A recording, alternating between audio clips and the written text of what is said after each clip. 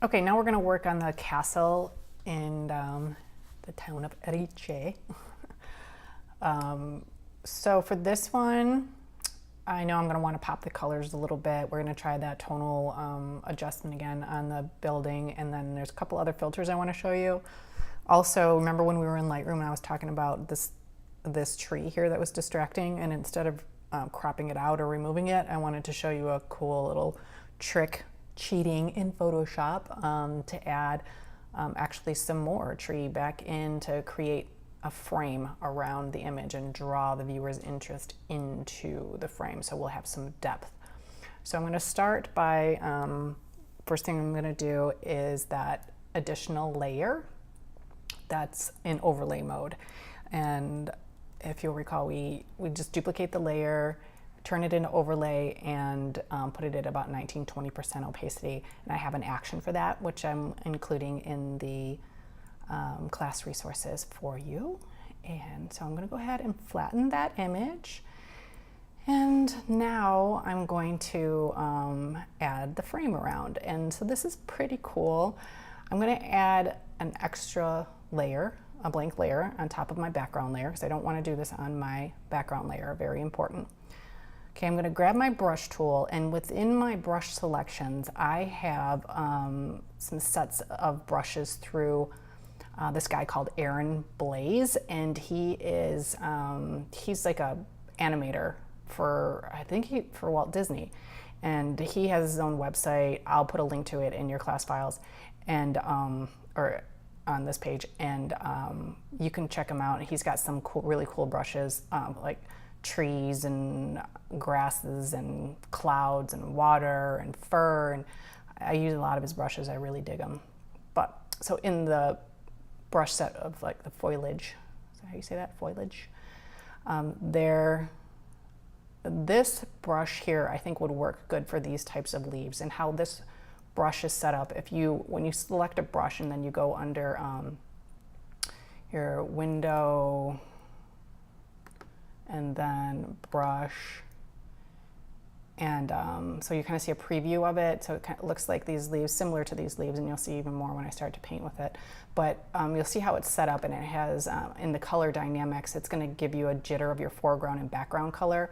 So we're definitely going to want to pick two colors that are from the actual leaves here. So we are painting with the correct colors, and it's going to give a little saturation and brightness and opacity jitter to it too. So and it also has some some angle jitter, roundness jitter, some scattering. So it is a tiny bit of scattering.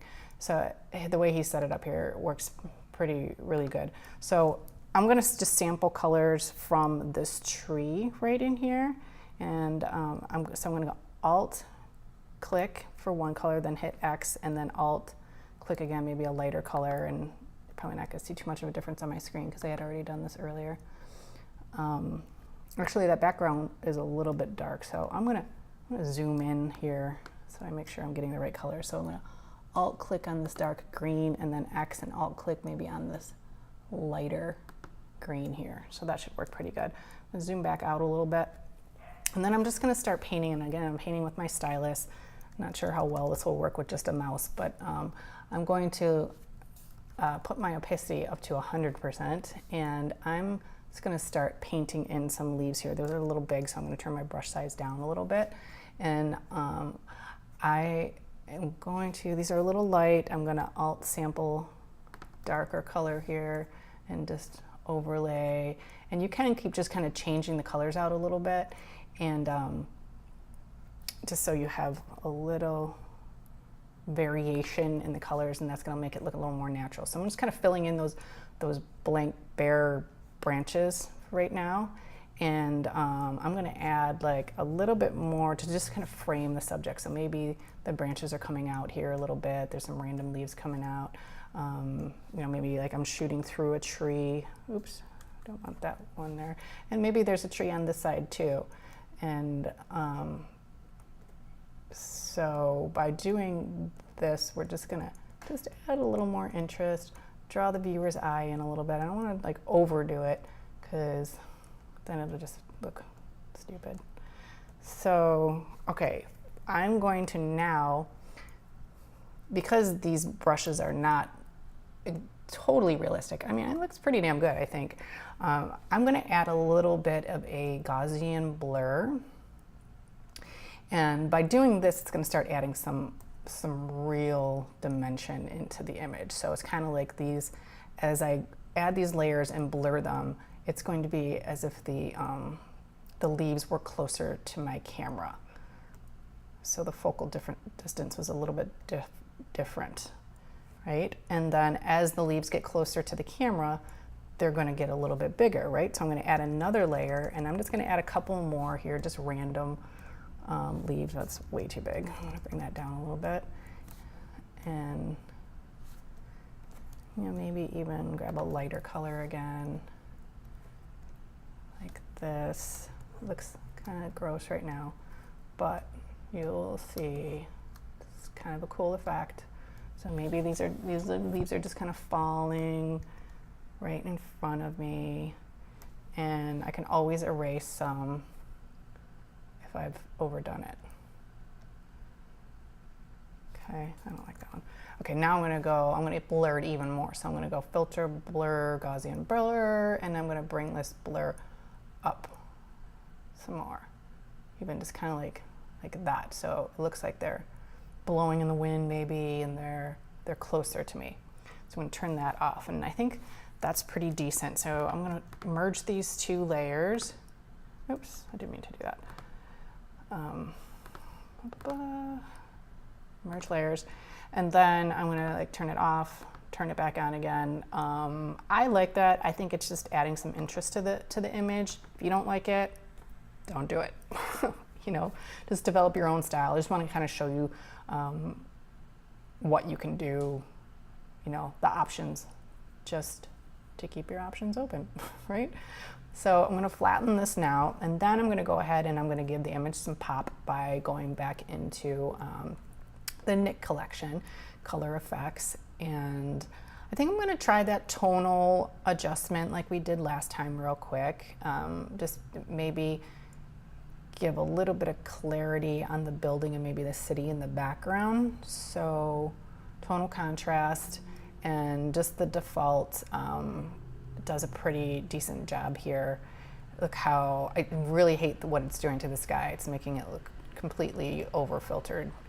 But look, in the background in the city and on the castle, it's kind of like, I don't know if you can see this, but it's just kind of like if you were looking at everything through a hazy window, and then you just put some Windex on it and you cleaned it up, and whoop, then it just kind of clears everything up. So I do like it the way it is. I'm also going to take a look at another filter, so I'm going to add filter here, and I like this Pro Contrast filter a lot, because if there's any color cast to the image, by hitting this slider you can easily get rid of them. It's not much of a change on this one, but I can kind of see just a little bit, like maybe it's getting a little bit of magenta correction, and then by sliding these contrast sliders, it's just going to give just a little more detail. Like, again, don't look at the sky, it looks terrible, but I do kind of like what it's doing to the overall image down here and in the city. So not a big difference with this contrast. You can take it or leave it. I'm just going to leave it for now. Just play around with that with other photos. I really do like that option. So I'm going to hit OK to process this. It's going to bring me back into Photoshop. Again, with the Nik filters will create a new layer on top. So you can go in there in your background layer. It will create a new layer for you. And then when this is done processing, I'm going to add a layer mask to it, and I'm going to paint the adjustment away from the sky, because I do not like what it did to the sky. Okay, there we go. I'm going to paint with black. Now I want to change my brush back to my normal brush, which is my Susan's brush, which is, again, just a soft brush that I've added some noise to, because I just like the way that it flows with a little bit of noise in it. And I'm just gonna paint that out of the sky like this. Okay, I can see on my layer masks there where I've painted and where I've missed.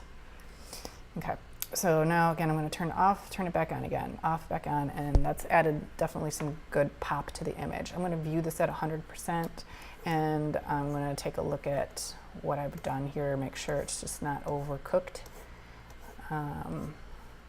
And well, I think it looks pretty good. There's some noise in this image, but I'm going to run, I don't know if I'm going to run the denoise filter. I'm going to show you one other thing that gets rid of noise, and it kind of adds like a dreamy feel to landscape images. I didn't do the kind of glance around to get rid of any spots or any weirdness in the photo, so I'm just going to do that real quickly while I'm at 100%. This is a bird, but it just looks weird to me. It just looks like a black speck. So I'm going to get rid of that dude. Okay, good. And again, I definitely want to look in my open areas in the sky. These are probably birds too, but they're a little distracting. And it's looking pretty good. I like those birds. I'm going to leave those. They can pass. They can stay. This guy's okay too. Okay. And I think it's pretty good. Okay, now I'm going to run that filter that I was just telling you about. That kind of gives a dreamy look. So that's under Nick Collection also, Color Effects Pro. And this one is called Glamour Glow. I think it's made for portrait photography, but I just like what it does to landscapes. So Glamour Glow here, you can see, like, I'll just pump the glow up so you see what happens. It just makes it surreal, dreamy. You know, if you do like fantasy type work, I think this would work well for you. But for now, I'm just gonna maybe do it around 20% here. It may end up softening my castle a little bit too much, so I may paint it out there, but that's okay. And my saturation, you know, sometimes even in this, for some reason in this filter, I'm cool with adding a little saturation, because it doesn't seem to overdo it if I just pump it up a little bit, like maybe right about there. And then the glow warmth, I like to add a little warmth, I think, to my landscape images, or see if you turned it down here, it's just a little too cold. Like adding a little bit of warmth just kind of makes you feel a little more warm and cozy. And I think that's good. I'm gonna, sorry about all the barking. If you can hear that, I'm at my studio and there's a dog groomer right next door. So, okay, I think that's pretty good. I'm gonna say okay. Okay, now let's look at 100% and see what that has done. So you see in the sky, it's kind of softened it up, made it a little more dreamy, and there's still a little bit of noise in the sky. I may end up running the Topaz Labs denoise on here too. And let's see what else is going on here. Oh, I didn't sharpen the image, and these leaves here are looking a little fake to me, so what I might do is just add like another leaf on top and really blur that out kind of like this, so you can kind of distract away from this fakeness right here. But the castle looks good. It just looks a little soft, so I actually may do a quick layer mask and paint out that Glamour Glow on the castle just to get a little bit more clarity back on that. Okay, I'm going to flatten it at this point. Let me run the sharpening filter or action, and I'm just going to paint this on to the castle. Here we go. Okay, let me view 100% and see how that looks. We definitely don't want to over sharpen. Over sharpening is bad. It doesn't help anybody. You're going to get rejections for over sharpening. It just looks gross. Okay, I'm going to sharpen this guy up a little bit too, and that should be good. All right, I'm gonna go ahead and add those extra leaves. So I'm gonna bounce back to my brushes and I'm gonna grab that brush that I had before, which is right here. And I still have my colors from before, but maybe I'll grab some from like this area here. Draw in a little bit here, and then I'm gonna filter, blur, Gaussian blur. And that kind of covers up those other leaves a little bit more. Yeah, see how it just kind of covers it up and it's not as noticeable. Okay, so I think that's decent. Okay, now, flatten image. I think the last thing I'm gonna do is just run the topaz denoise. And for topaz, we want to create another layer because it doesn't always do that. So Topaz Labs denoise, and I'm gonna go down to my Mark III section, maybe around 1600 ISO. Because if it overdoes it, I can always bring it down a little bit. I know my ISO is probably closer to like 400-ish or something. But again, when you're editing and doing all these different filters, you're adding noise every time you add a filter. Okay, now that that's done, I'm gonna view again at 100%. My sky is looking a lot better. So if I turn it off, back on again, I don't know if you can see on your screen, but this definitely gets rid of a lot of noise. And it's making my trees and stuff a little bit too soft. So what I'm gonna do is add a layer mask. And again, I'm just gonna paint that denoise into the sky and maybe into the city too, because there was a lot of noise in the city in the background. So again, I'm just gonna grab my brush. So I'm gonna add a layer mask and I'm gonna invert that layer mask so it is not applied to any of the image, and then I'm going to paint it in with white into my sky only and into the city. There we go. Okay, flatten image. I think this one's good. So we have the beginning of the image after the Lightroom adjustments and afterwards. So see, it's popped and it's got a little dimension to it. And I think this one's good.